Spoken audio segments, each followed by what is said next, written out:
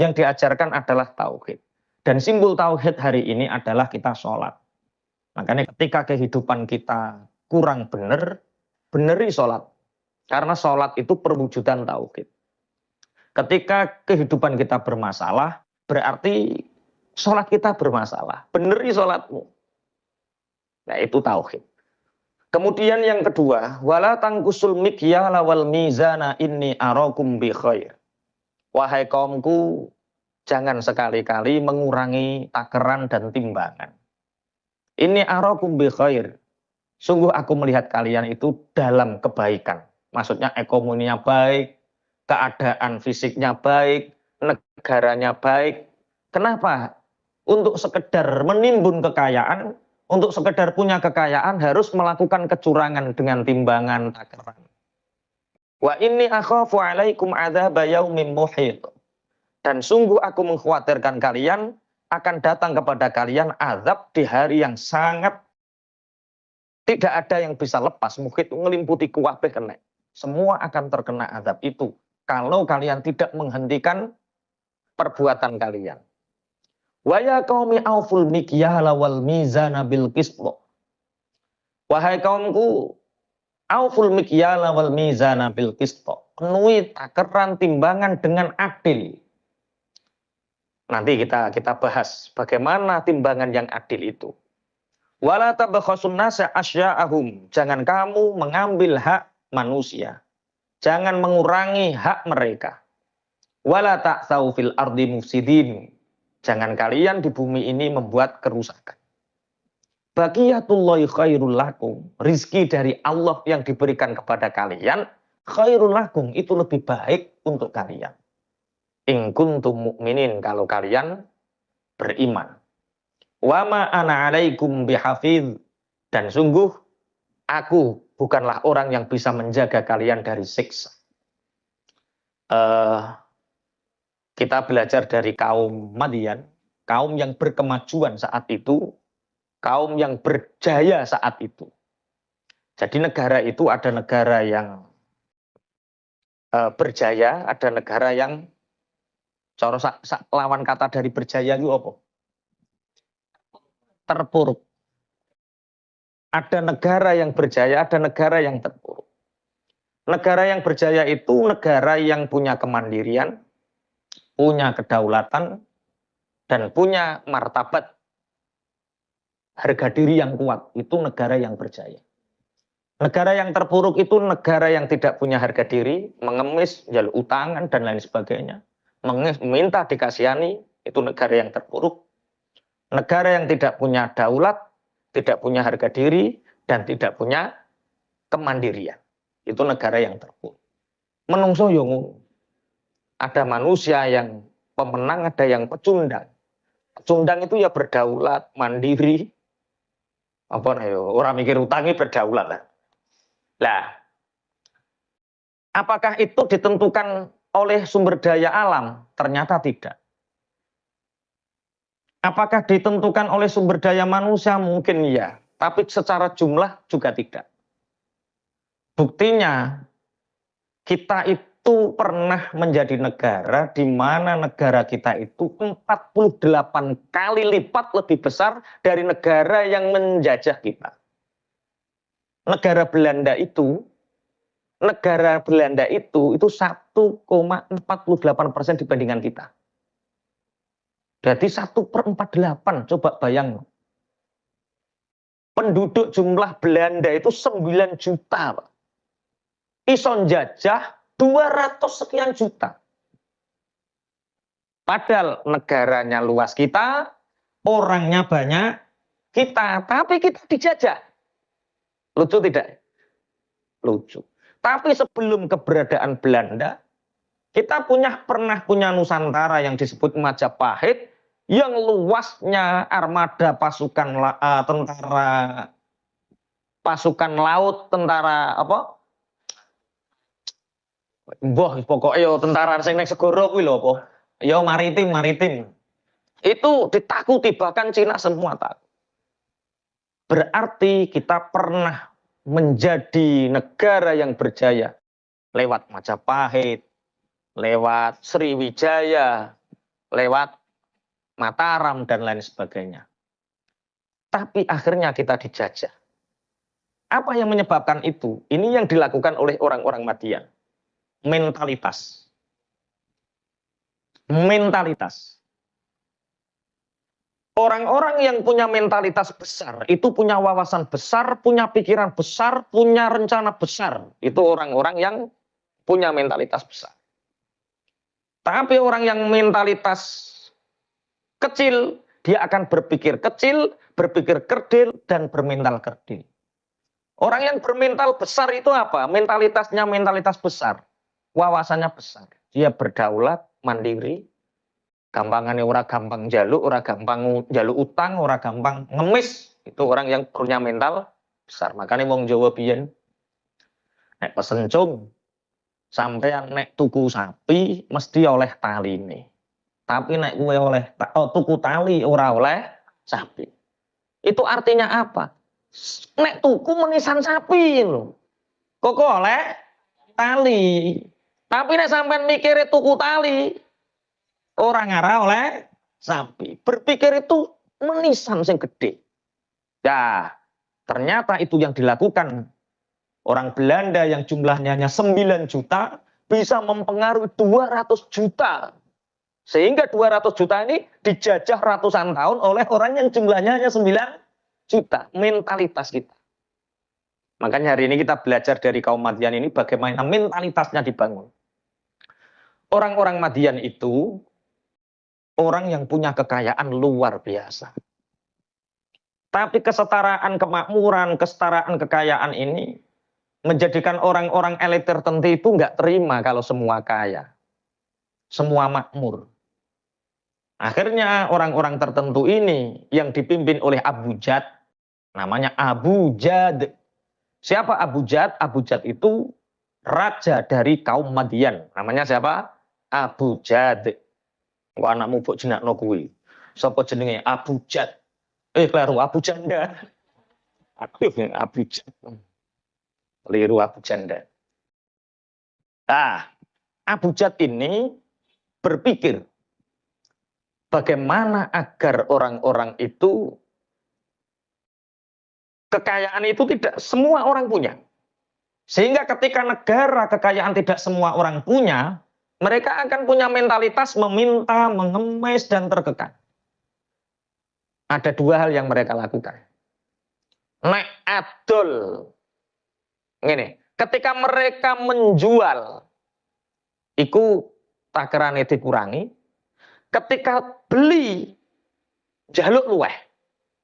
Loh, tapi kenapa mereka itu mau? Kan tahu toh. Loh, timbanganku kok diluwi. Gampangane ngene. 10 ton, bluk, serok-serok, potongan sekian persen loh. Ketika beli ada potongan, ketika menjual dikurangi. Cara wong nalar. Orang masyarakat ini mau nggak nalar? Nggak mau, nek normal. Tapi kenapa mereka mau? Ada 2 hal. Satu, mentalitasnya dihancurkan bahwa mereka sangat butuh kita. 2, mereka terlilit dengan kita. Jadi itu yang dilakukan orang-orang kapitalis sampai hari ini. Bagaimana agar masyarakat nurut dengan tengkulak-tengkulak. Dengan orang-orang kapitalis itu mereka nurut. 1, buat mereka kecanduan hutang. Orang terlilit, mbok piye-piye lah, nggih wae, Pak. Sungguh ya gue tahun diutang ya. Makanya belajar malam ini dari kaum Madian sebelum kita dihancurkan. Yaitu belajarlah menjadi orang yang berdaulat, mandiri, dan berjaya. Dengan apa? Jangan sampai kita terbelenggu. Sehingga kita menjual. Loh, orang ini orang loh. Wong aku ora butuh duit loh. Loh, wong gelem didol, dijual, dibeli dengan harga yang murah. Itu karena dia sangat butuh. Wong wayah tanggal 17 digawe, tanggal 16 dituku. Bismillahirrahmanirrahim. Makanya belenggu hutang itu Masya Allah. Belajar malam ini semoga kita semua tidak punya hutang. Allahumma. Normalnya orang itu ya kerja kemudian nabung itu normal. Orang seperti ini orang merdeka. Gabah murah, murah ya dimben toh, rasa didol, wong murah kok. Aman kan? Semua orang kalau punya kedaulatan seperti ini, harga murah larang, aman nggak? Aman wong duwe tabungan. Ketika harga murah dengan sangat terpaksa dijual, itu karena dia punya utang. Yo tanggungan urip ngono. Utang sing wis kadung sepaneng utang deh. Curhat. Makanya sekali lagi ya, ayo hilangkan belenggu apapun yang berkaitan dengan hutang. Hutang apapun, hutang baik atau hutang buruk, wong iku nek iso, tapi wong iki nggo kebutuhan. Jadi begini, orang itu kalau sudah seneng hutang itu akan menjadi candu. Hutang itu seperti minum kopi. Asalnya untuk kebutuhan, tapi ketika kebutuhan sudah selesai dan lunas, kok enak yo kepingin utang maneh. Hutang lagi. Lunas, hutang lagi. Kadang belum lunas, hutang lagi. Oh yo kok tambah enak yo. Oh hutang lagi. Akhirnya 1 minggu nyicil 3 kali. Loh kok enak yo semangat, hutang lagi. Dodolan es kok tambah laris. Wah hutang lagi. Sehingga seminggu istirahat mendak Jumat kok. Perkara sholat Jumat itu. Ya Allah. Berarti hutang itu apa? Candu. Kira-kira sing tahu pengalaman, yo ngono tenan apa ora trae? Kok sing muni nggih tak kei hadiah loh. Yang kedua, hutang itu memberatkan. Asalnya kelihatannya buat semangat kerja. Saya punya hutang itu untuk kerja biar semangat nyauri. Bukankah Rasulullah pernah bersabda bahwa kalau orang kerja semangat karena nyauri hutang itu akan dimudahkan? Iya itu hutang sing temen, ora kok hutang profesi ora. Orang yang menanggung hutang itu hidupnya semakin berat. Semakin berat, semakin berat. Kenapa berat? Karena penghasilannya tetap, kadang turun, sedangkan hutang semakin tinggi. Kok meneng toh sampean? Wah, bahas utangi modeling ngono sampean. Biasa. Halo? Sewet deh. Wes lunas wis telu. Wes insyaallah lunas. Belum. Ini kenapa asal usul ayatnya itu 1 sembah Allah tauhid. 2 jangan ngurangi timbangan, jangan ngurangi takeran. Kenapa masyarakat secara umum itu kok takeran dikurangi mau, timbangan dikurangi mau? Ya karena mereka terlilit dan butuh. Berarti mereka itu punya senengane utang dan punya cicilan. Sehingga orang yang punya utang dan punya cicilan ini, mereka tidak akan pernah bisa merdeka dan berdaulat. Nyimpen beras ora wani, nyimpen gabah ora wani, nggak berani karena apa? Iya, pingin tambah naik tuh piye. Oke. Kemudian hutang itu membuat siapapun akan terhina. Secara individu, kalau individu itu punya hutang pasti terhina. Petuk wong edek. Masa diperintah, secara individu terhina, secara kelompok terhina, bahkan negara yang punya hutang pasti terhina. Berarti negara yang berdaulat, negara yang berjaya itu negara yang tidak punya hutang. Sehingga ora tawadu terus gagah. Lah wong kok tawadu terus duwe hutang. Oke ya, jadi orang yang punya hutang itu hidupnya terhina. Siang terhina, malam tersiksa. Ketap-ketip. Bujum reng, aja setruk dhisik cah kok. Ijek diutang kok wis setruk iki. Ya. Aja setruk dhisik ya, lunas dhisik ngono lho kok setruk. Hutang itu candu, hutang itu memberatkan, penghasilan tetap kadang turun, tapi hutang semakin naik. Kemudian hutang itu apa? Membuat orang itu terhina. Tapi kalau usaha nggak punya hutang gimana toh Pak Yai? Kalau nggak ingin hutang, ya apa saja dilakukan dulu. ICT buruh-buruh, startup, ICT nyambut gawe di nabung. Kalau nabung, sudah punya tabungan sedikit tapi belum cukup, maklun. Maklun, sinergi. Tidak harus membutuhkan modal uang. Sinergi, siapa yang bisa diajak kerjasama tanpa kita mengeluarkan uang. Tapi jangan mau dimodali dulu. Bisnis urung karuan iso, njaluk dimodali wong. Akhirnya apa yang terjadi? Duitnya hilang, koncone hilang. Loro karo hilang ngenes. Terus sampai diceritani ojo ketemu karo Cak Wino apa piro-piro bablas duit wis to. Bablas. Padahal sebenarnya Cak Wino orang baik. Tiap malam sholat tahajud. Hanya saja dia kurang ilmu tentang upgrade pekerjaan. Sehingga tahu-tahu jaluk investor. Jaluk, wah ini seperti ini, seperti ini, seperti ini. Ada catatannya Cak Wino? Enggak, ini pokok itu ide. Pekerjaan bukan ide, pekerjaan hitungan pasti. Ada datanya. Wes. Ya itu caranya, kerja dulu nabung. Kalau enggak sudah bisa nabung sedikit-sedikit, nek sampean iso bisnis, pasti iso sinergi.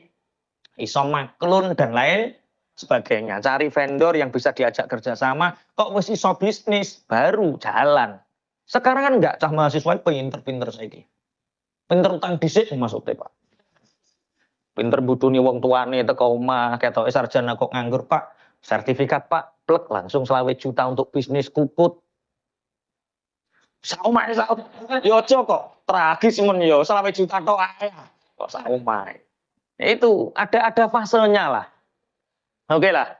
Oke, jadi hutang itu membuat orang terhina. Dan orang yang punya hutang itu mudah sekali berdusta. Iya lek kapan seminggu nek parani koko to. Sesuk to. Waduh aslinya aku wis duwe duit, diingi sikilku ketekuk tak gue pijet. Dari dusta satu ke dusta yang kok senduk-senduki pengalaman tuh.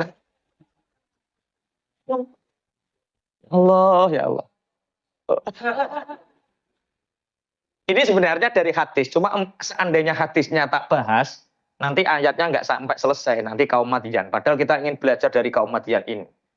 Kaum Madian ini kaum yang orang-orang kapitalis, orang-orang elit, bodoni masyarakat bawah, sehingga Allah murka.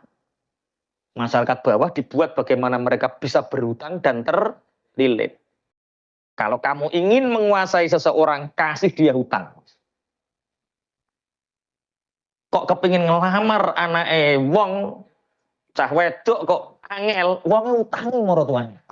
Kena. Kalau ingin memperbudak seseorang, maka kasih dia apa? Hutang. Kalau ingin memperbudak sebuah negara, kasih apa? Hutang. Di samping itu, hutang itu juga bisa menyebabkan seseorang putus tali silaturahim. Kehilangan teman, kehilangan saudara. Makanya banyak kemarin ada teman pondok datang ke sini. Pak Yai sampean kok pun ketinggal sugih, alhamdulillah dungane sampean. Terus terang aku duwe utang, iki sesuk wayahe nyaur 12 juta. Nek sampean koncoku utangi 12 juta. Tak kandhani. Aku wis roh raimu. Nek tak utangi 12 juta, nyaur urung karuan, kelangan konco yo, kelangan duit yo. Nek aku bokon nafkah, bantu nyoh tak bantu 1 juta. Ora tak utangno.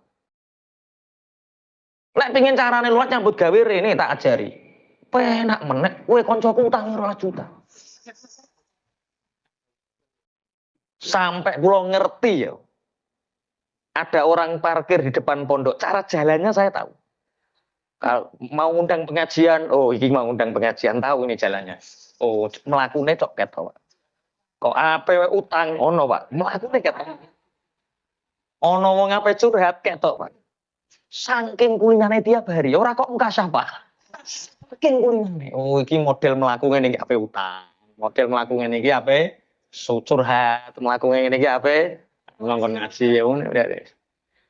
Jadi utang itu bisa memutus tali silaturahim, kehilangan duit, kehilangan konco. Ketika orang sudah seperti itu, orang terima konco loh, bojo barang hilang kadang-kadang. Berapa gara-gara kasus corona, ekonomi ambruk dan kulino diluluh enak karo bojone, akhirnya mereka terlilit. Apa yang terjadi? Hilang penggaweane, hilang bojone. Gak usah sedih, koncone akeh. Nah, ketika seperti itu apa yang terjadi? Orang mudah terjebak dengan perilaku kriminal. Hutang itu menyebabkan orang terkena apa? Kriminal. Kemarin viral siapa itu yang mencuri itu gara-gara apa? Karena ibunya belum makan 3 hari. Bismillahirrahmanirrahim. Yang paling berat itu nanti tertundanya orang masuk surga karena punya hutang. Rasulullah tidak mau mensolatkan orang yang mati dalam keadaan punya hutang.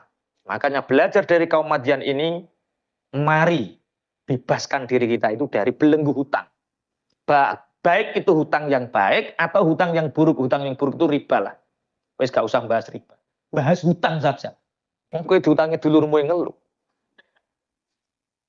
Hidup simplicity, hidup semurah mungkin. Duwene duit 7 juta, kepingin tuku motor, yo 7 juta dapatnya beli bit saja. Ora usah nggonto PCX. Duit 7 juta kok nggonto PCX. Sing dibot-boti apa? Utang. Astagfirullah. Dan ini melanda kaum Madian. Sehingga elit Madian ini menyiksa, memperalat orang-orang bawah ketika jual potongane. Wong cilik nek adol potongane gede, wong gede nek adol ora ana potongan terus regane larang, timbangane dikurangi, dan ini membuat murka Allah.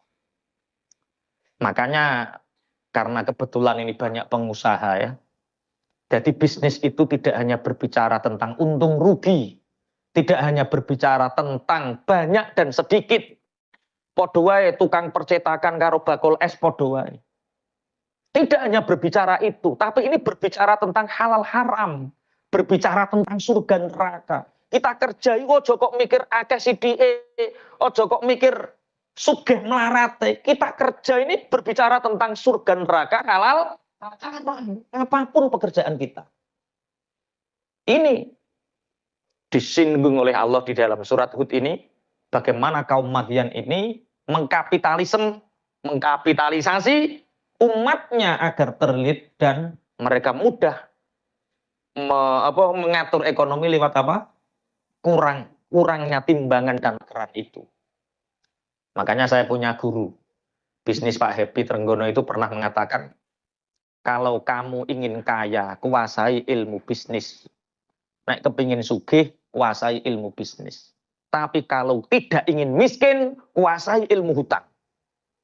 Jadi kemiskinan itu, orang yang miskin itu dimulai dari karena dia tidak tahu tata caranya orang kok tata cara orang hutang ini njaluk orang. Kapan hutang itu dilakukan? Itu harus tepat. Kerja urung karuan iso, wis gedekno utang. Itu awal kemiskinan. Kalau ingin kaya, kuasai ilmu bisnis. Kalau ingin tidak miskin, kuasai ilmu hutang. Bukan berarti Islam mengharamkan hutang, bukan. Hutang tetap ta'awun. Hutang itu tetap saling menolong. Tapi kapan kita perlu hutang? Itu pelajari. Ini kok sing bantah. Aku utangi Pak Yai. Rai koyo kowe apa tak percaya?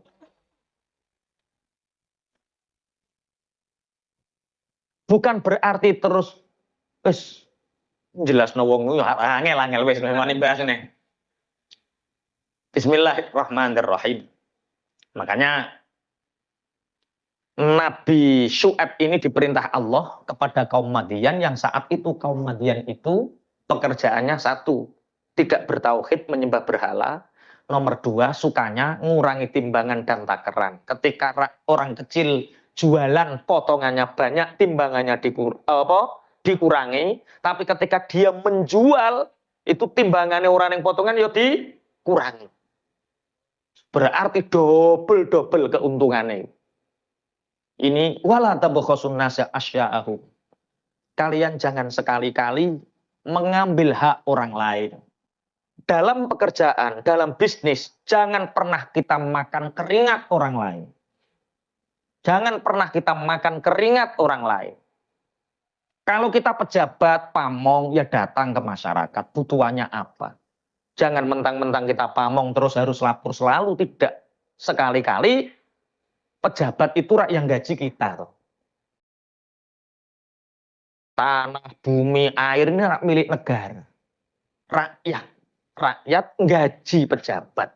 Ojo kok terus pejabat sak penake dhewe tanda tangan njaluk duit. Gawe izin ngene njaluk duit. Gawe izin ngono njaluk duit. Makanya gajinya kecil, mereka bisa kaya karena apa? Mengurangi hak rakyat, mengambil keringat rakyat. Aku gak nerakakno iku, sampeyan disape ngono ae.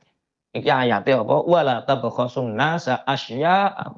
Kalian jangan sekali-kali mengambil keringat hak rakyat. Orang-orang itu jangan kamu tipu dengan cara kerjamu. Bismillahirrahmanirrahim. Penggawean saiki cara nipu sing paling gampang dhewe kan sampean dadi tukang tambal ban supaya bocor kok paku kono paku. Dadi mending kok lah wong apik ora kena paku mbok pasangi paku akhire rene. Akhire apa? Rene.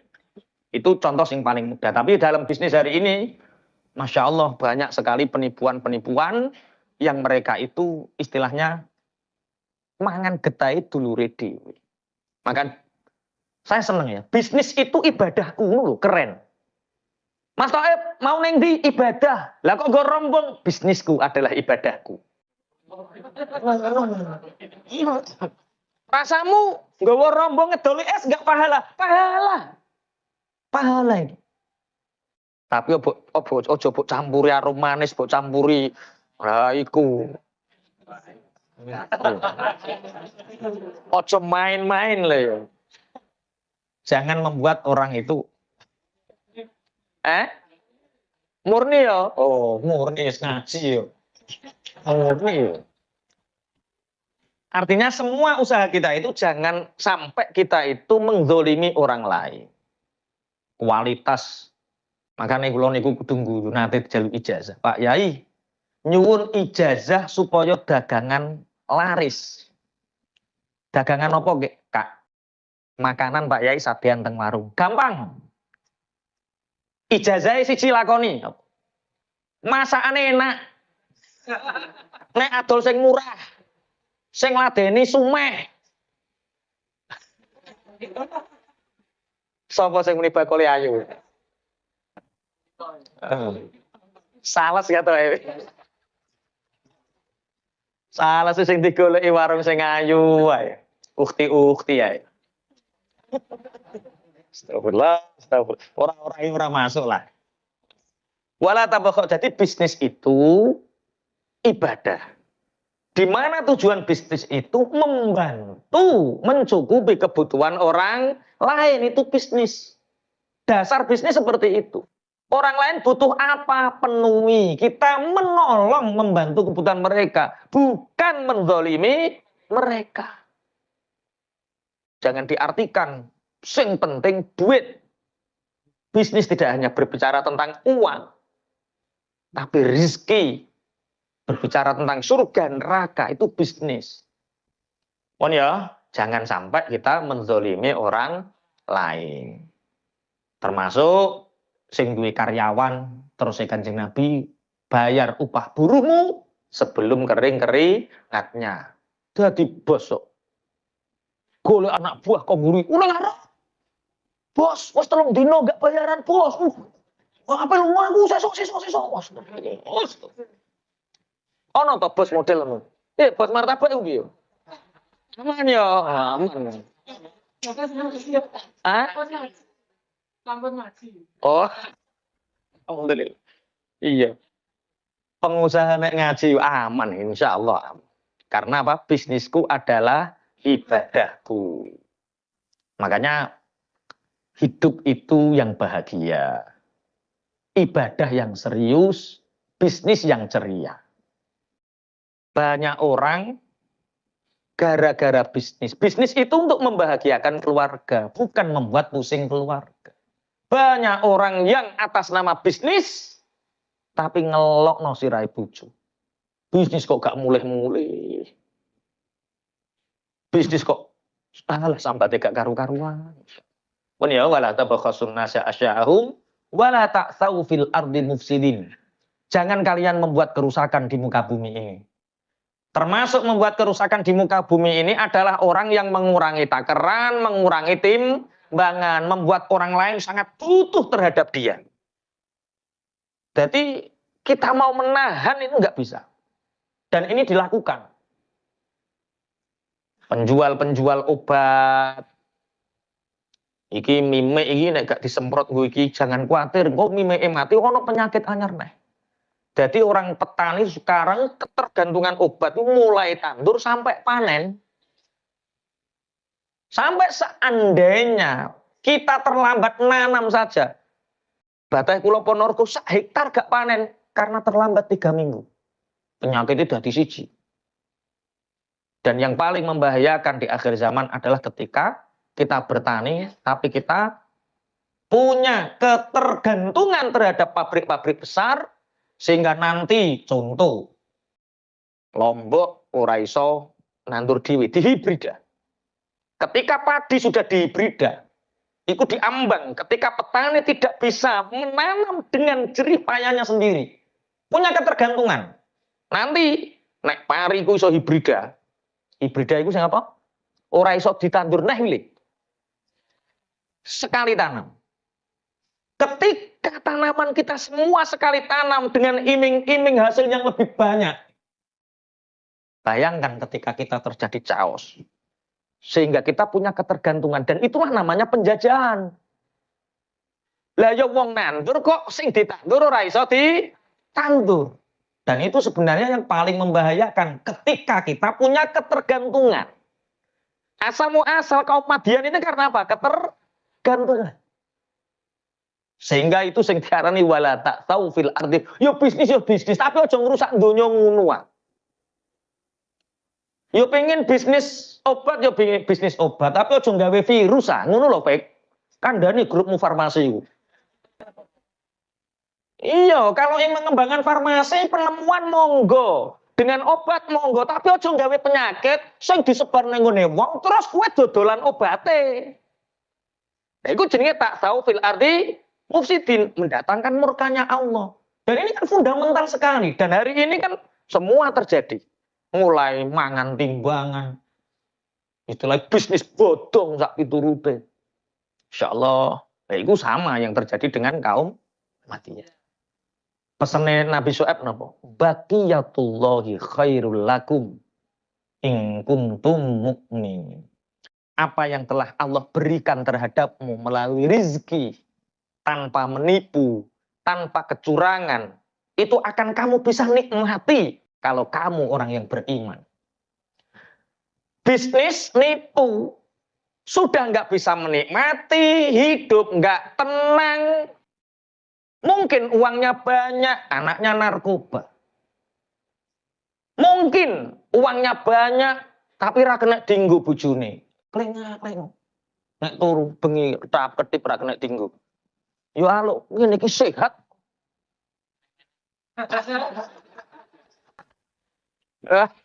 Iya, iki wis ngrasakno, mantan miliarder kok. Mantan apa? Petinan nih. Kalau kirim ke Samarinda itu peti. Berapa peti, Jan? Oh, kathah wis ora iso cerita. Kathah peti miliarder. Tapi apa yang terjadi? Mesem karo bojo gak iso. Ngudang anak gak iso, waktu habis untuk uang. Terus kenikmatannya dari uang itu apa? Ini yang disebut baqiyatullahi khairul lakum in kuntum. Apa yang telah Allah beri terhadapmu dari rizki yang halalan thayyiban. Kamu bisa menikmatinya. Sedina lah 50.000, 70.000. Bojo iso ngguyu, anak iso mesem. Masya Allah, bojo meteng iso ngelus-lus, Masya Allah. Nikmat. Khairul lakum, nek kowe iman. Bagi orang yang tidak beriman, dikandani ciri soke. Ya ora kaya duwe duit. Ayat ini tidak melarang kamu punya uang banyak. Punya uang banyak. Lebih baik banyak, ikhlas bahagia. Itu lebih baik. Koko ngene iki kok ndang teko omah terus martabake tutup loro sitok wae. Kenapa, Pak? Kok martabaknya ditutup, Pak? Baqiyatullahi khairul lak. Wes diterima ing pandum ya wis ngene iki siji-siji sithik sing penting iso guyu karo sama. Maksude gak ngono. Apa yang telah diberi oleh Allah terhadapmu itu lebih baik. Semua potensi diri kita itu keluarkan. Tapi potensi yang diberikan Allah itu nikmati. Sekarang martabak mungkin hanya 5 cabang. Tahun depan 30 cabang enggak apa-apa. Tapi keseleora tambah, bagiannya nambah, duitnya nambah. Sing ora nambah keseletok gitu. Bojo.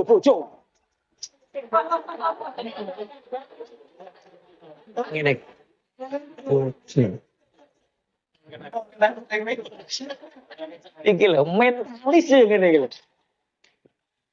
Wong urung 30 urung hasil wis muni bojo. Gara-gara sehari ngaji ya Allah, ono setrum iki.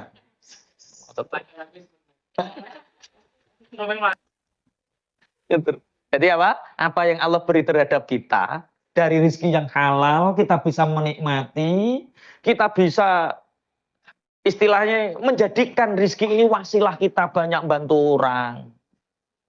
Kalau martabak 5 cabang baru bantu 10 orang. Kalau 30 cabang bisa bantu 60 orang, 60 keluarga. 60 orang yang anaknya nanti dipondokkan, penerus sujud. Masya Allah itu bagiyatul khairun laku. Semua potensinya dikeluarkan, rasa syukurnya ditambah, bahagianya ditambah, ibadah yang serius, bisnisnya ceria. Lah dene kok tambahi kok tambah pertentangan ngene mikir ngelu ya aja nambah dhisik, urung wayahe. Ketika kullun muyassarun lima khuliqalah. Kalau Allah ingin kita punya cabang 30, berarti Allah membuat kemudahan itu. Allah ngirim orang untuk Pak Hadi, ini saya mau ikut kerja gimana Pak Hadi, carikan pekerjaan. Lah buka dengan dem ya. Nggih mau kullun muyassarun lima khuliqalah. Tapi ngene lho, Cak. Gerobake iku aku urung duwe gerobake. Ngapunten Pak Hadi, bapak kula niku tukang kayune nggih kathah. Dimudahkan sama Allah. Ya wis nek tak kiringi bahane gawe gerobak dhewe oh nggih buka cabang kono. Iku kulun muyaslu enteng. Syukurnya ditambah, bahagianya ditambah, ibadah makin serius, bisnisnya ceria. Rata-rata gimana? Orang itu kalau bisnis petentengan. Semangat, petentengan, pinter nyambut gawe tapi gak duit-duit. Iku jenenge pinter kerja iku, Pak. Ya saya akeh wong pinter kerja, tapi gak duwe duit iku pinter mergawe. Oh, golek mantu pinter mergawe. Ya pinter mergawe tapi ora duwe. Iya nek golek mantu aja sing pinter dodolan. Wah, dadi mantune 3 tahun. Ya Allah. Montore maratuwa didol. Duka Pak Yai mantu kula niku pinter dodolan. Ya alhamdulillah. Pinter dodolan niku Masya Allah barokah. 90% pekerjaan itu dari dodolan Pak. Maksudnya mboten-mboten Pak Yai. Lah pripun? Motor kula didol. Sawah kita sing digadekno ya Allah. Pun. Baqiyatullahi khairul lakum in kuntum mukminin. Makanya kenapa gandengannya mukminin? Mukminin itu orang yang beriman. Orang yang beriman itu orang yang punya keyakinan. Kadang orang tergesa-gesa hutang itu karena dia tidak yakin besok dia bisa makan. Kadang orang-orang yang terlilit hutang itu karena dia tidak yakin bahwa akan ada pertolongan setelah itu.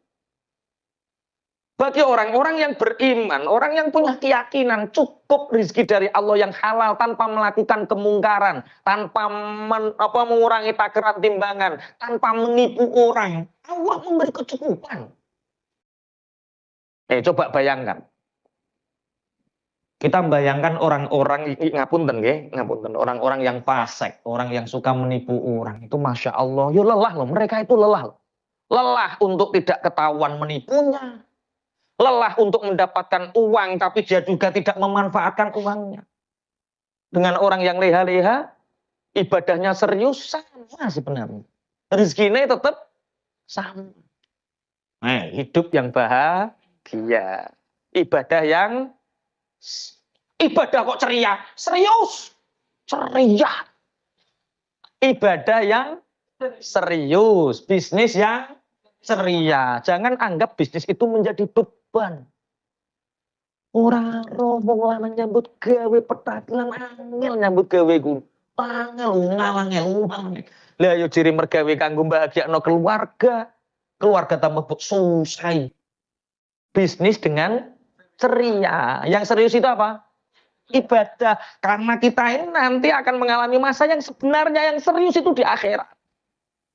Pun wama ana alaikum bihafid. Yang diajarkan adalah tauhid. Dan simbol tauhid hari ini adalah kita sholat. Makanya ketika kehidupan kita kurang benar, beneri sholat. Karena sholat itu perwujudan tauhid. Ketika kehidupan kita bermasalah, berarti sholat kita bermasalah. Beneri sholatmu. Nah itu tauhid. Kemudian yang kedua, wala tangkusul mikyala wal mizana inni arakum bi khair. Wahai kaumku, jangan sekali-kali mengurangi takaran dan timbangan. Ini arakum bi khair. Sungguh aku melihat kalian itu dalam kebaikan. Maksudnya ekonominya baik, keadaan fisiknya baik, negaranya baik. Kenapa? Untuk sekedar menimbun kekayaan, untuk sekedar punya kekayaan harus melakukan kecurangan dengan timbangan takaran. Wa inni akhafu alaikum adzaba yaumin muhit. Dan sungguh aku mengkhawatirkan kalian akan datang kepada kalian azab di hari yang sangat tidak ada yang bisa lepas. Muhit ngelimputi kuwabeh kena. Semua akan terkena azab itu kalau kalian tidak menghentikan perbuatan kalian. Wa ya qaumi auful mikyala wal mizana bil qist. Wahai kaumku, auful mikyala wal mizana bil qist. Penuhi takaran timbangan dengan adil. Nanti kita bahas bagaimana timbangan yang adil itu. Wala tabakhasun nasa asya'ahum. Jangan kamu mengambil hak manusia. Jangan mengurangi hak mereka. Wala ta'tsau fil ardi mufsidin. Jangan kalian di bumi ini membuat kerusakan. Baqiyatullahi khairul lakum. Rizki dari Allah yang diberikan kepada kalian khairul lakum, itu lebih baik untuk kalian. In kuntum mu'minin, kalau kalian beriman. Wa ma ana alaikum bihafidz.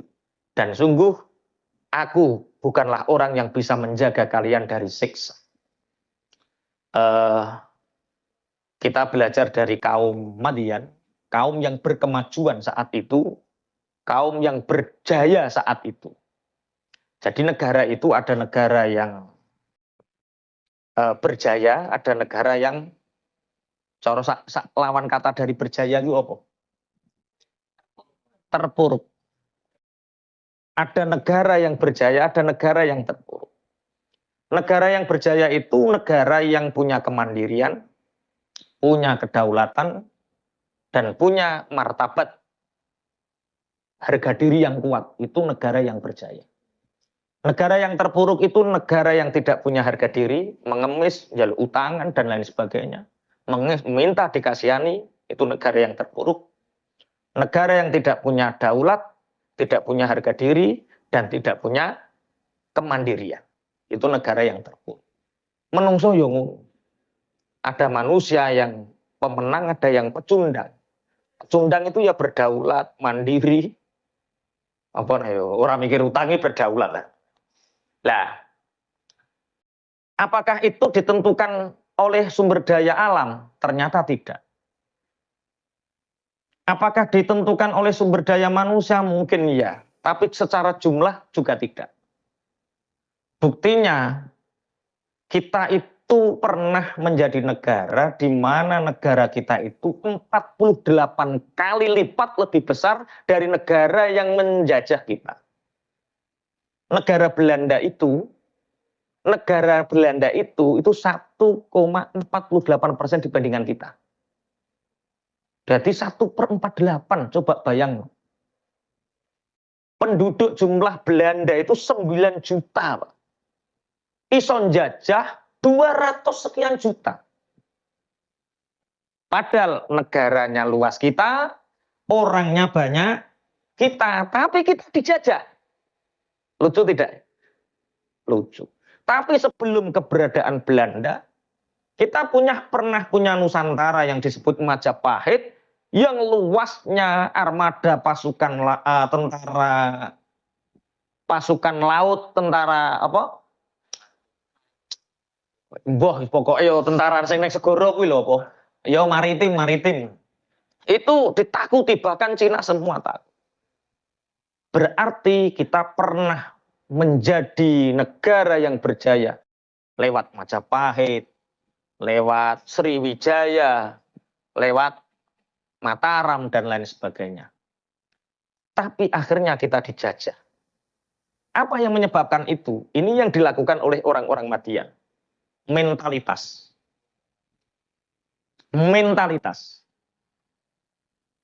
Orang-orang yang punya mentalitas besar, itu punya wawasan besar, punya pikiran besar, punya rencana besar. Itu orang-orang yang punya mentalitas besar. Tapi orang yang mentalitas kecil, dia akan berpikir kecil, berpikir kerdil, dan bermental kerdil. Orang yang bermental besar itu apa? Mentalitasnya mentalitas besar.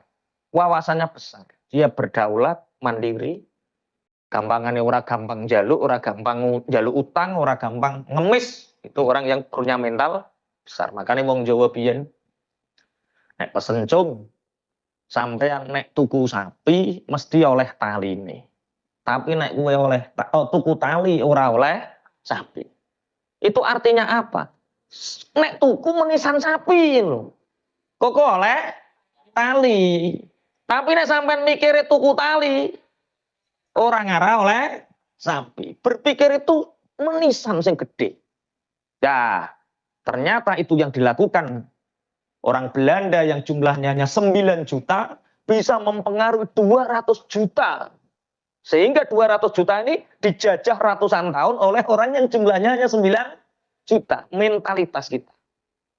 Makanya hari ini kita belajar dari kaum Madian ini bagaimana mentalitasnya dibangun.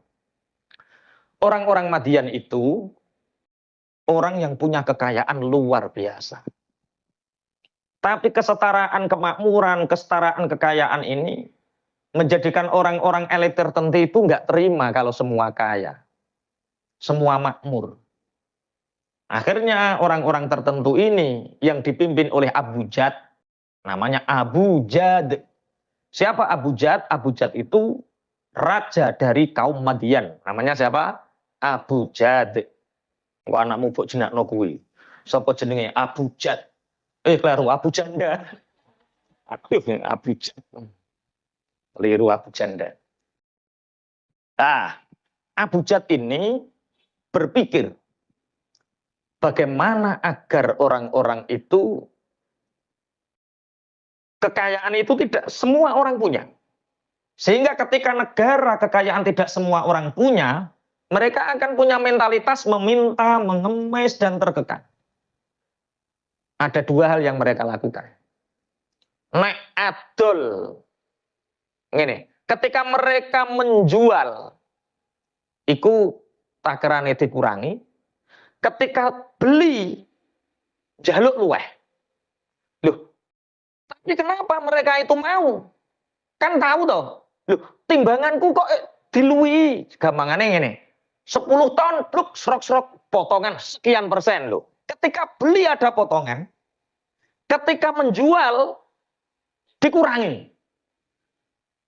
Cara wong nalar. Orang masyarakat ini mau nggak nalar? Nggak mau, nek normal. Tapi kenapa mereka mau? Ada 2 hal. 1, mentalitasnya dihancurkan bahwa mereka sangat butuh kita. 2, mereka terlilit dengan kita. Jadi itu yang dilakukan orang-orang kapitalis sampai hari ini.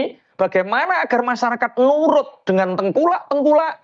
Dengan orang-orang kapitalis itu mereka nurut. 1, buat mereka kecanduan hutang. Orang terlilit, mbok piye-piye lah, nggih wae, Pak. Sungguh ya gue tahu diutang ya. Makanya belajar malam ini dari kaum Madian sebelum kita dihancurkan. Yaitu belajarlah menjadi orang yang berdaulat, mandiri, dan berjaya. Dengan apa? Jangan sampai kita terbelenggu. Sehingga kita menjual, loh orang ini orang kok. Wong aku ora butuh duit kok. Loh wong gelem didol, dijual, dibeli dengan harga yang murah. Itu karena dia sangat butuh. Wong wayah tanggal 17 digawe, tanggal 16 dituku. Bismillahirrahmanirrahim. Makanya belenggu hutang itu Masya Allah. Belajar malam ini semoga kita semua tidak punya hutang. Allahumma. Normalnya orang itu ya kerja kemudian nabung itu normal. Orang seperti ini orang merdeka. Gabah murah, murah ya dimben toh, rasa didol, wong murah. Aman kan? Semua orang kalau punya kedaulatan seperti ini, harga murah larang, aman nggak? Aman wong duit tabungan. Ketika harga murah dengan sangat terpaksa dijual, itu karena dia punya utang. Yo tanggungan urip ngono. Utang sing wis kadung sepaneng utang deh. Curhat. Makanya sekali lagi ya, ayo hilangkan belenggu apapun yang berkaitan dengan hutang. Hutang apapun, hutang baik atau hutang buruk. Wong iku nek iso tapi wong iki nggo kebutuhan. Jadi begini. Orang itu kalau sudah seneng hutang itu akan menjadi candu. Hutang itu seperti minum kopi. Asalnya untuk kebutuhan, tapi ketika kebutuhan sudah selesai dan lunas, kok enak yo kepingin utang maneh. Hutang lagi. Lunas, hutang lagi. Kadang belum lunas, hutang lagi. Oh yo kok tambah enak yo. Oh hutang lagi. Akhirnya 1 minggu nyicil 3 kali. Loh kok enak yo semangat, hutang lagi. Dodolan es kok tambah laris. Wah hutang lagi, sehingga seminggu istirahat mendak Jumat kok. Perkara sholat Jumat itu. Ya Allah, berarti hutang itu apa? Candu. Kira-kira sing tahu pengalaman, yo ngono tenan apa ora trae? Kok sing muni nggih tak kei hadiah loh. Yang kedua, hutang itu memberatkan. Asalnya kelihatannya buat semangat kerja. Saya punya hutang itu untuk kerja biar semangat nyauri. Bukankah Rasulullah pernah bersabda bahwa kalau orang kerja semangat karena nyauri hutang itu akan dimudahkan.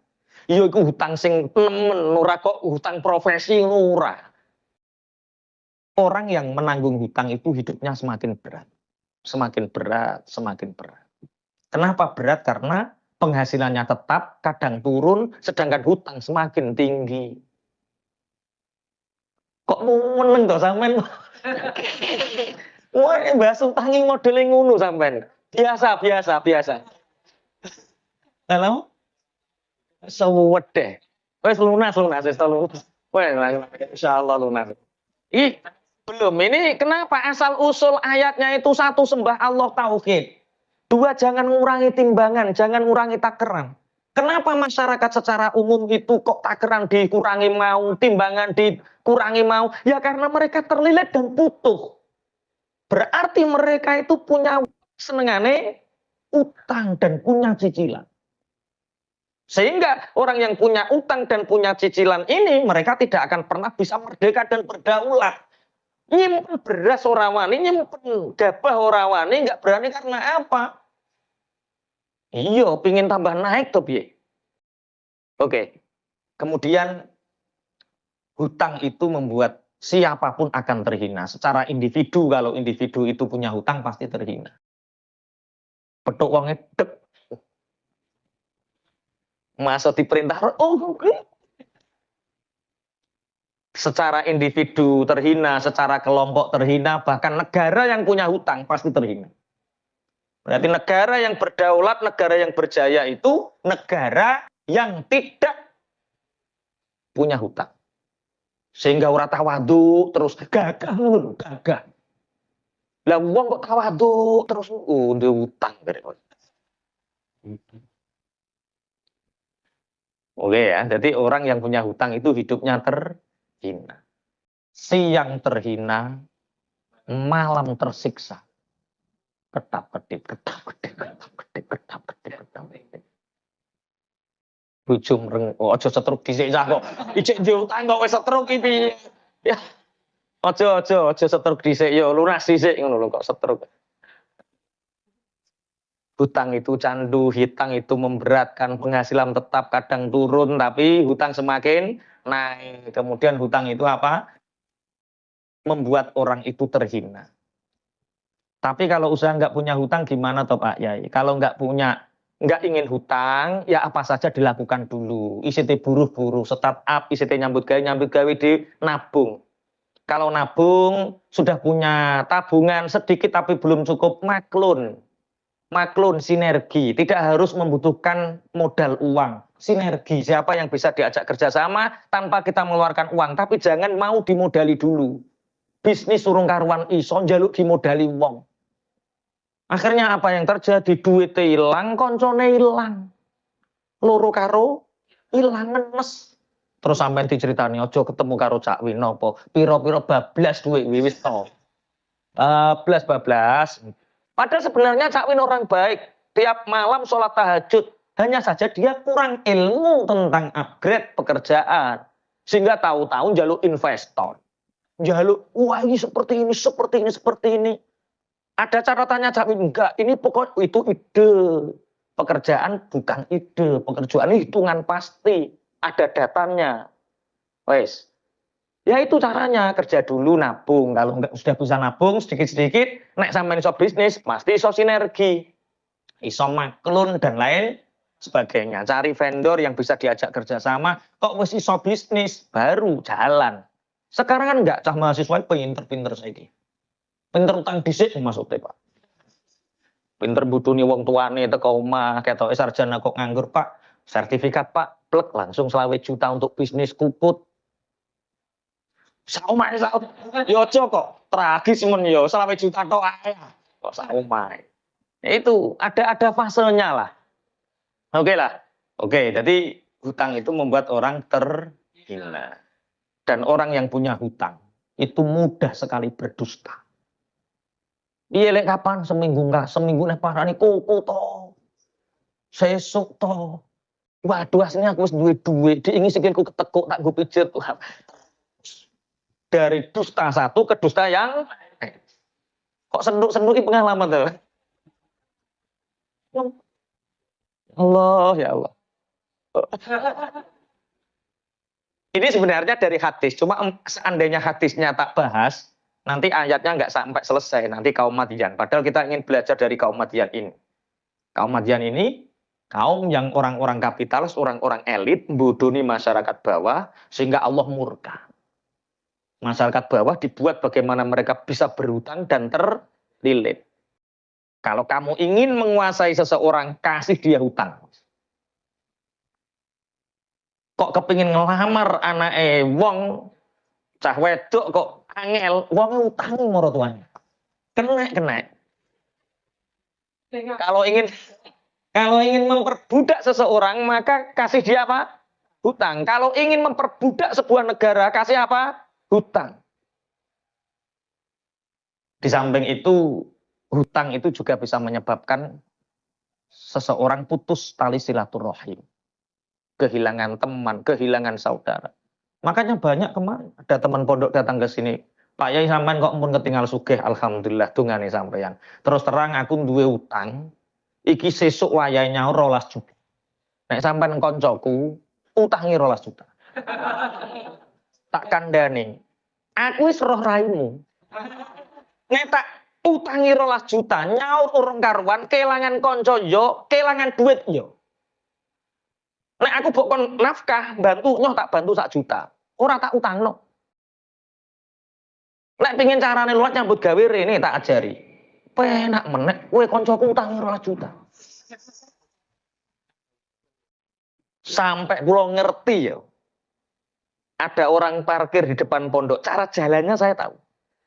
Kalau mau undang pengajian, oh ini mau undang pengajian, tahu ini jalannya. Oh, mlakune cok ketok. Kok ape utang ono, Pak. Mlakune ketok. Ono wong ape curhat ketok, Pak. Saking kulinane tiap hari, ora kok mukasyaf, Pak. Saking kulinane. Oh, iki model mlaku ngene iki ape utang. Model mlaku ngene iki ape? Curhat, mlaku ngene iki ape? Ngongkon ngaji ya ngono. Jadi hutang itu bisa memutus tali silaturahim, kehilangan duit, kehilangan konco. Ketika orang sudah seperti itu, orang terima konco lho, bojo barang hilang kadang-kadang.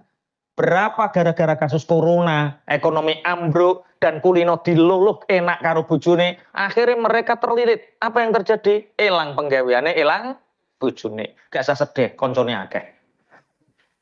Nah, ketika seperti itu apa yang terjadi? Orang mudah terjebak dengan perilaku kriminal. Hutang itu menyebabkan orang terkena apa? Kriminal. Kemarin viral siapa itu yang mencuri itu gara-gara apa? Karena ibunya belum makan 3 hari.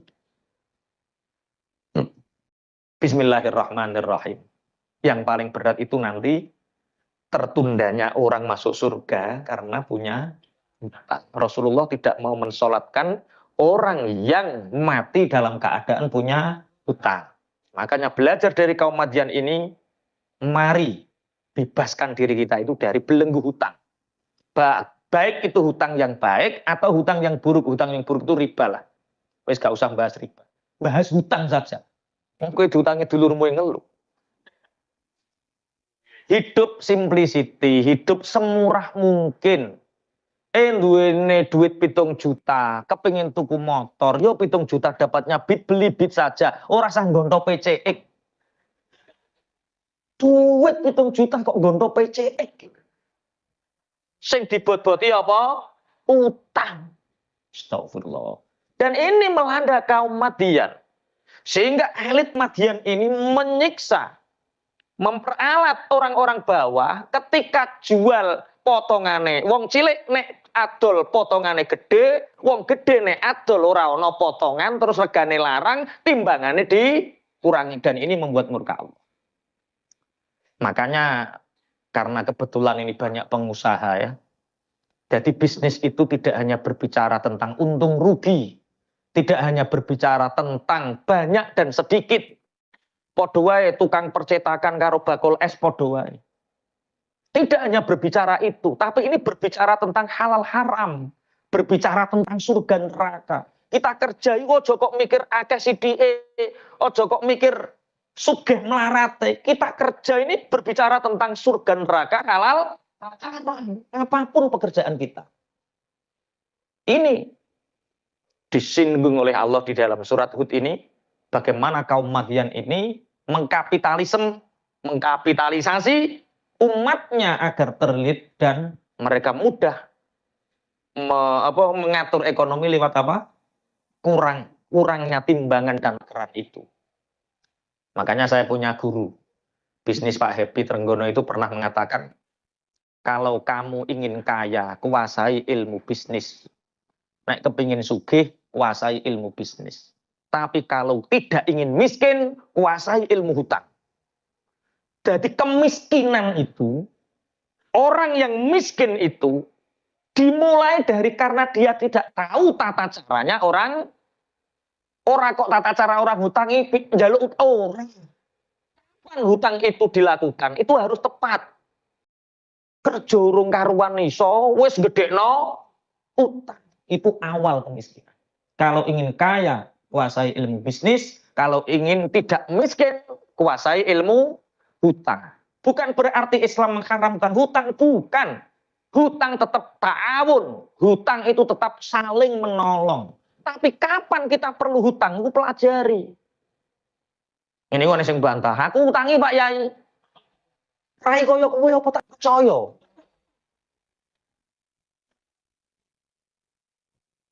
Bukan berarti terus wis jelasno wong angel wis mani bahas nih.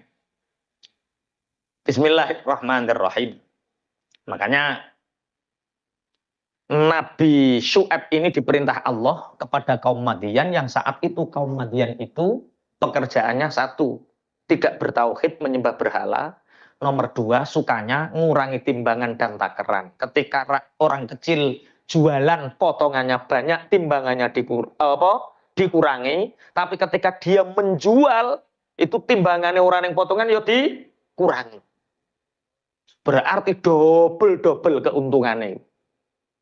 Ini wala tabakhasun nasa asya'ahum. Kalian jangan sekali-kali mengambil hak orang lain. Dalam pekerjaan, dalam bisnis, jangan pernah kita makan keringat orang lain. Jangan pernah kita makan keringat orang lain. Kalau kita pejabat, pamong, ya datang ke masyarakat. Butuhannya apa? Jangan mentang-mentang kita pamong terus harus lapor selalu. Tidak. Sekali-kali pejabat itu yang gaji kita. Tanah, bumi, air ini milik negara. Rakyat gaji pejabat. Ojo kok terus pejabat sak penake dhewe tanda tangan jaluk duit. Gawe izin ngene jaluk duit. Gawe izin ngono jaluk duit. Makanya gajinya kecil, mereka bisa kaya karena apa? Mengurangi hak rakyat, mengambil keringat rakyat. Aku gak nerakakno iku, sampeyan disape ngono ae. Iki ayate apa? Wala tabakhasun nasa asya. Kalian jangan sekali-kali mengambil keringat hak rakyat. Orang-orang itu jangan kamu tipu dengan cara kerjamu. Bismillahirrahmanirrahim. Penggawean saiki cara nipu sing paling gampang dhewe kan sampean dadi tukang tambal ban supaya bocor kok paku kono paku. Dadi mendhi kok lah wong apik-apik ora kena paku mbok pasangi paku akhire rene. Akhire apa? Rene. Itu contoh yang paling mudah. Tapi dalam bisnis hari ini, Masya Allah banyak sekali penipuan-penipuan yang mereka itu istilahnya mangan getai dulure dhewe. Maka saya seneng ya, bisnis itu ibadahku loh, keren. Mas Taib mau neng di ibadah, lah kok gue rombong, bisnisku adalah ibadahku. Rasamu gue rombong ngedoli es gak pahala, pahala ini. Tapi ojo campuri arum manis, campuri iku. Ojo main-main lah ya. Jangan membuat orang itu murni ya. Oh, murni ngaji ya. Murni ya. Artinya semua usaha kita itu jangan sampai kita itu menzolimi orang lain. Kualitas. Makanya kula niku kudu guru nate dijaluk ijazah. Pak Yai, nyuwun ijazah supaya dagangan laris. Dagangan apa nggih, Kak? Makanan Pak Yai sadean teng warung. Gampang. Ijazah siji lakoni. Masakane enak. Nek adol sing murah. Sing ladeni sumeh. Sapa sing muni bakule ayu? Sales kata Sales sing digoleki warung sing ayu wae. Ukti-ukti ae. Astagfirullah. Orang-orang ora masuk lah. Wala tabakha. Jadi bisnis itu ibadah. Di mana tujuan bisnis itu membantu mencukupi kebutuhan orang lain, itu bisnis. Dasar bisnis seperti itu. Orang lain butuh apa? Penuhi. Kita menolong, membantu kebutuhan mereka. Bukan menzalimi mereka. Jangan diartikan sing penting duit. Bisnis tidak hanya berbicara tentang uang, tapi rezeki. Berbicara tentang surga, neraka, itu bisnis. Ya, jangan sampai kita menzalimi orang lain. Termasuk sing duwe karyawan, terus Kanjeng Nabi bayar upah buruhmu sebelum kering keringatnya. Dadi bos kok. Golek anak buah kok nguri. Ulah ngarep. Bos, wis 3 dino gak bayaran, bos. Apa lu aku sesuk. Bos. Ono to bos modelmu. Bos martabak iku piye? Aman ya, aman. Lampun ngaji. Oh. Alhamdulillah. Iya. Pengusaha nek ngaji aman insyaallah. Karena apa? Bisnisku adalah ibadahku. Makanya hidup itu yang bahagia. Ibadah yang serius, bisnis yang ceria. Banyak orang gara-gara bisnis. Bisnis itu untuk membahagiakan keluarga, bukan membuat pusing keluarga. Banyak orang yang atas nama bisnis, tapi ngelok no sirai bojo. Bisnis kok gak mulih-mulih. Bisnis kok salah sampai gak karu-karuan. Pun ya wala tabakhasun nasa asya'ahum wala ta'tsaw fil ardi mufsidin. Jangan kalian membuat kerusakan di muka bumi ini. Termasuk membuat kerusakan di muka bumi ini adalah orang yang mengurangi takaran, mengurangi timbangan, membuat orang lain sangat butuh terhadap dia. Jadi kita mau menahan itu nggak bisa. Dan ini dilakukan. Penjual-penjual obat, iki mime iki nek gak disemprot gue iki jangan khawatir, kok mime mati ono penyakit anyar neh. Jadi orang petani sekarang ketergantungan obat itu mulai tandur sampai panen. Sampai seandainya kita terlambat nanam saja. Batai Pulau Ponorogo sak hektar gak panen karena terlambat 3 minggu. Penyakitnya dadi siji. Dan yang paling membahayakan di akhir zaman adalah ketika kita bertani tapi kita punya ketergantungan terhadap pabrik-pabrik besar. Sehingga nanti contoh Lombok ora iso nandur dhewe dihibrida. Ketika padi sudah dihibrida, itu diambang. Ketika petani tidak bisa menanam dengan jerih payahnya sendiri, punya ketergantungan. Nanti nek pari ku iso hibrida. Hibrida itu sing apa? Ora iso ditandur neh wile. Sekali tanam. Ketika tanaman kita semua sekali tanam dengan iming-iming hasil yang lebih banyak. Bayangkan ketika kita terjadi chaos. Sehingga kita punya ketergantungan. Dan itulah namanya penjajahan. Lah ya wong nandur kok sing ditandur ora iso ditandur. Dan itu sebenarnya yang paling membahayakan ketika kita punya ketergantungan. Asal muasal kaum Madian ini karena apa? Ketergantungan. Sehingga itu sing diarani wala ta'tsaw fil ardi. Yo bisnis, tapi aja ngrusak donya ngono wae. Yo pengen bisnis obat, yo pengen bisnis obat, tapi aja nggawe virus ah, ngono lho, Pak. Kandhane grupmu farmasi iku. Iya, kalau yang mengembangkan farmasi penemuan monggo, dengan obat monggo, tapi aja nggawe penyakit sing disebar ning ngene wong terus kowe dodolan obate. Nah, iku jenenge ta'tsaw fil ardi mufsidin, mendatangkan murkanya Allah. Dan ini kan fundamental sekali. Dan hari ini kan semua terjadi. Mulai mangan timbangan. Itulah bisnis bodong sak piturute. Insyaallah, itu sama yang terjadi dengan kaum Madiyah. Pesannya Nabi Syuaib napa? Baqiyatullahi khairul lakum in kuntum mu'minin.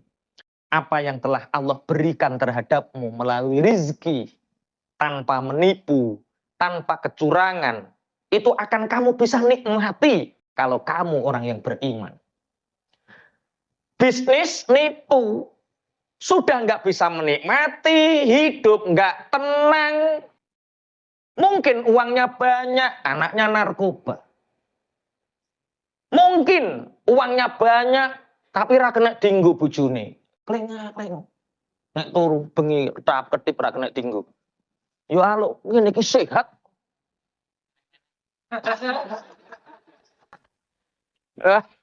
Iya, iki wis ngrasakno, mantan miliarder kok. Mantan apa? Petinan nih. Kalau kirim ke Samarinda itu peti. Berapa peti, Jan? Oh, kathah wis ora iso cerita. Kathah peti miliarder. Tapi apa yang terjadi? Mesem karo bojo gak iso. Ngudang anak gak iso, waktu habis untuk uang. Terus kenikmatannya dari uang itu apa? Ini yang disebut baqiyatullahi khairul lakum in kuntum. Apa yang telah Allah beri terhadapmu dari rizki yang halalan thayyiban. Kamu bisa menikmatinya. Sedina lah 50.000, 70.000. Bojo iso ngguyu, anak iso mesem. Masya Allah, bojo meteng iso ngelus-lus, Masya Allah. Nikmat. Khairul lakum, nek kowe iman. Bagi orang yang tidak beriman dikandani ciri sote. Ya ora kaya duwe duit. Ayat ini tidak melarang kamu punya uang banyak. Punya uang banyak. Lebih baik banyak, ikhlas bahagia. Itu lebih baik. Koko ngene iki koko ndang teko omah terus martabake tutup loro sitok wae. Kenapa, Pak? Kok martabaknya ditutup, Pak? Baqiyatullahi khairul lak. Wes diterima ing pandum ya wis ngene iki siji-siji sak sing penting iso guyu karo sama. Maksude gak ngono. Apa yang telah diberi oleh Allah terhadapmu itu lebih baik. Semua potensi diri kita itu keluarkan. Tapi potensi yang diberikan Allah itu nikmati. Sekarang martabak mungkin hanya 5 cabang. Tahun depan 30 cabang enggak apa-apa. Tapi kesele ora tambah, bagiane nambah, duitnya nambah. Sing ora nambah kesele tok iki lho. Bojo.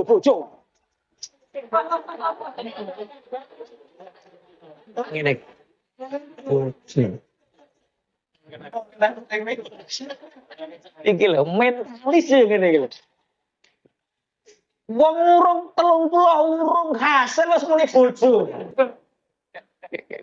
Gara-gara saya hari ngaji ya Allah, ono setrum iki.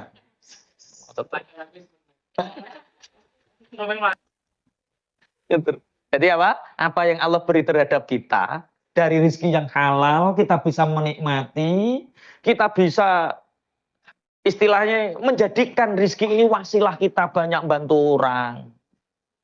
Kalau martabak 5 cabang baru bantu 10 orang. Kalau 30 cabang bisa bantu 60 orang, 60 keluarga. 60 orang yang anaknya nanti dipondokkan, penerus sujud. Masya Allah itu baqiyatul khairul lakum.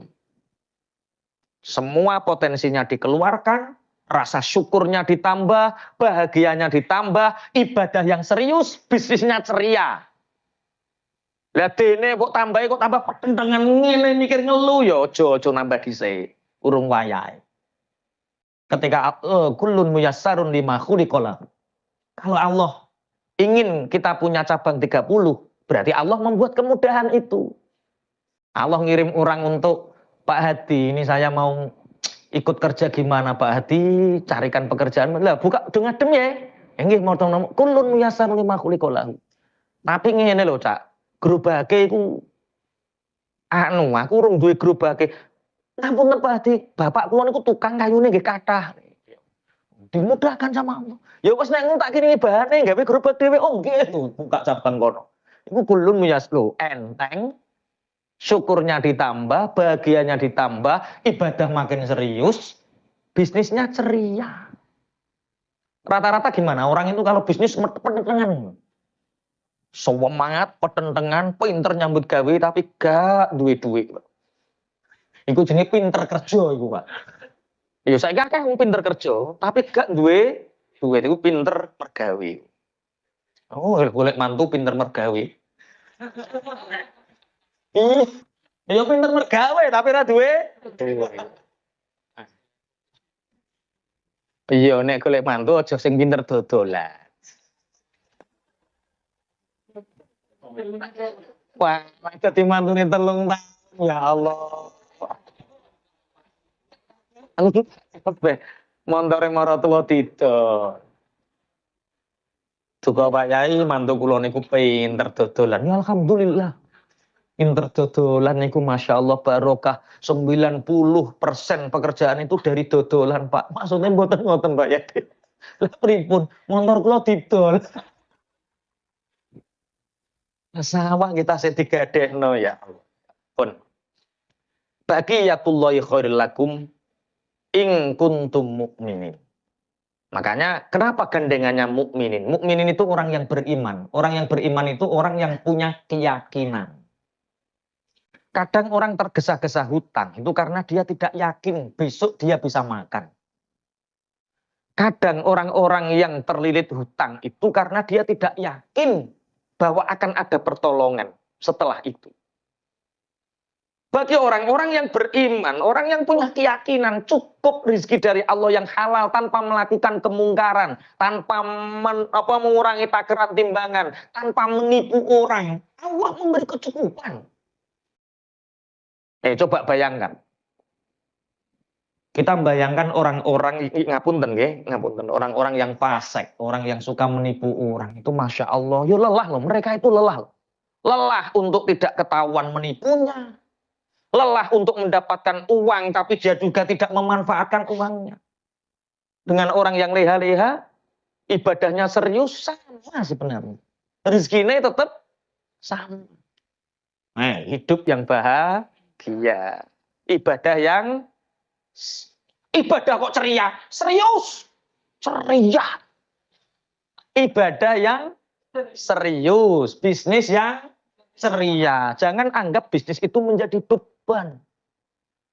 Orang rombongan menyambut gawe petakilan angel nyambut gawe ku. Angel ngawangel. Lah yo ciri mergawe kanggo bahagiakno keluarga.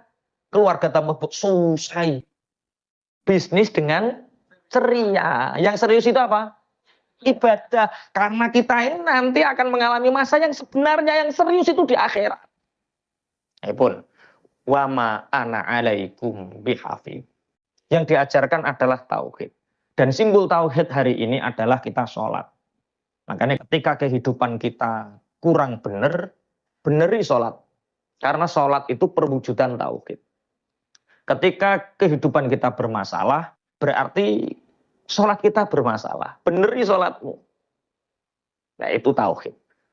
Kemudian yang kedua, wala tangkusul mikyala wal mizana inni arakum bi khair. Wahai kaumku, jangan sekali-kali mengurangi takaran dan timbangan. Ini arakum bi khair. Sungguh aku melihat kalian itu dalam kebaikan. Maksudnya ekonominya baik, keadaan fisiknya baik, negaranya baik. Kenapa? Untuk sekedar menimbun kekayaan, untuk sekedar punya kekayaan harus melakukan kecurangan dengan timbangan takaran. Wa inni akhafu alaikum adzaba yaumin muhit. Dan sungguh aku mengkhawatirkan kalian akan datang kepada kalian azab di hari yang sangat tidak ada yang bisa lepas. Muhit ngelimputi kuwabeh kena. Semua akan terkena azab itu kalau kalian tidak menghentikan perbuatan kalian. Wa ya qaumi auful mikyala wal mizana bil qist. Wahai kaumku, auful mikyala wal mizana bil qist. Penuhi takaran timbangan dengan adil. Nanti kita bahas bagaimana timbangan yang adil itu. Wala tabakhasun nasa asya'ahum. Jangan kamu mengambil hak manusia. Jangan mengurangi hak mereka. Wala ta'tsau fil ardi mufsidin. Jangan kalian di bumi ini membuat kerusakan. Baqiyatullahi khairul lakum. Rizki dari Allah yang diberikan kepada kalian khairul lakum, itu lebih baik untuk kalian. In kuntum mu'minin, kalau kalian beriman. Wa ma ana alaikum bihafidh. Dan sungguh aku bukanlah orang yang bisa menjaga kalian dari siksa. Kita belajar dari kaum Madian, kaum yang berkemajuan saat itu, kaum yang berjaya saat itu. Jadi negara itu ada negara yang berjaya, ada negara yang cara lawan kata dari berjaya itu apa? Terpuruk. Ada negara yang berjaya, ada negara yang terpuruk. Negara yang berjaya itu negara yang punya kemandirian, punya kedaulatan, dan punya martabat harga diri yang kuat. Itu negara yang berjaya. Negara yang terpuruk itu negara yang tidak punya harga diri, mengemis, jalur utangan, dan lain sebagainya. Meminta dikasihani, itu negara yang terpuruk. Negara yang tidak punya daulat, tidak punya harga diri, dan tidak punya kemandirian. Itu negara yang terpuruk. Menungso yo ada manusia yang pemenang, ada yang pecundang. Pecundang itu ya berdaulat, mandiri. Apa ayo orang mikir utangi berdaulat lah. Lah, apakah itu ditentukan oleh sumber daya alam? Ternyata tidak. Apakah ditentukan oleh sumber daya manusia? Mungkin iya, tapi secara jumlah juga tidak. Buktinya itu pernah menjadi negara di mana negara kita itu 48 kali lipat lebih besar dari negara yang menjajah kita. Negara Belanda itu 1,48% dibandingkan kita. Berarti 1/48, coba bayang. Penduduk jumlah Belanda itu 9 juta, Pak. Ison jajah 200 sekian juta. Padahal negaranya luas kita, orangnya banyak kita, tapi kita dijajah. Lucu tidak? Lucu. Tapi sebelum keberadaan Belanda, kita pernah punya Nusantara yang disebut Majapahit, yang luasnya armada pasukan laut, tentara apa? Pokoknya tentara sing ning segara kuwi lho apa? Ya maritim. Itu ditakuti, bahkan Cina semua takut. Berarti kita pernah menjadi negara yang berjaya lewat Majapahit, lewat Sriwijaya, lewat Mataram dan lain sebagainya. Tapi akhirnya kita dijajah. Apa yang menyebabkan itu? Ini yang dilakukan oleh orang-orang Madian. Mentalitas.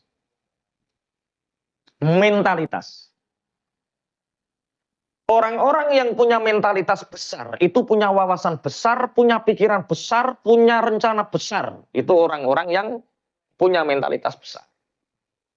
Tapi orang yang mentalitas kecil, dia akan berpikir kecil, berpikir kerdil, dan bermental kerdil. Orang yang bermental besar itu apa? Mentalitasnya mentalitas besar. Wawasannya besar. Dia berdaulat, mandiri, gampangane ora gampang jaluk, ora gampang jaluk utang, ora gampang ngemis. Itu orang yang punya mental besar. Makanya wong Jawa biyen nek pesen cung, sampeyan nek tuku sapi mesti oleh taline. Tapi nek kowe oleh tuku tali ora oleh sapi. Itu artinya apa? Nek tuku menisan sapi lho. Kok oleh tali. Tapi nek sampean mikire tuku tali, orang ngarah oleh sapi. Berpikir itu menisan sing gede. Nah, ternyata itu yang dilakukan orang Belanda yang jumlahnya hanya 9 juta bisa mempengaruhi 200 juta.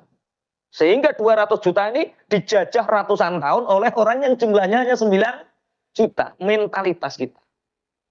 Makanya hari ini kita belajar dari kaum Madian ini bagaimana mentalitasnya dibangun. Orang-orang Madian itu orang yang punya kekayaan luar biasa. Tapi kesetaraan kemakmuran, kesetaraan kekayaan ini menjadikan orang-orang elit tertentu itu nggak terima kalau semua kaya. Semua makmur. Akhirnya orang-orang tertentu ini yang dipimpin oleh Abu Jad, namanya Abu Jad. Siapa Abu Jad? Abu Jad itu raja dari kaum Madian. Namanya siapa? Abu Jad. Kok anakmu mbok jenakno kuwi. Sapa jenenge? Abu Jad. Keliru, Abu Janda. Abu Jad. Keliru, Abu Janda. Abu Jad ini berpikir bagaimana agar orang-orang itu kekayaan itu tidak semua orang punya. Sehingga ketika negara kekayaan tidak semua orang punya, mereka akan punya mentalitas meminta, mengemis, dan terkekang. Ada dua hal yang mereka lakukan. Nek adol. Ini, ketika mereka menjual, iku takerane dikurangi. Ketika beli, jaluk luweh. Loh, tapi kenapa mereka itu mau? Kan tahu toh. Loh, timbanganku kok diluwi. Gampangannya ini. 10 ton, bluk, serok-serok, potongan sekian persen loh. Ketika beli ada potongan, ketika menjual dikurangi. Cara wong nalar. Orang masyarakat ini mau nggak nalar? Nggak mau, nek normal. Tapi kenapa mereka mau? Ada dua hal. Satu, mentalitasnya dihancurkan bahwa mereka sangat butuh kita. Dua, mereka terlilit dengan kita. Jadi itu yang dilakukan orang-orang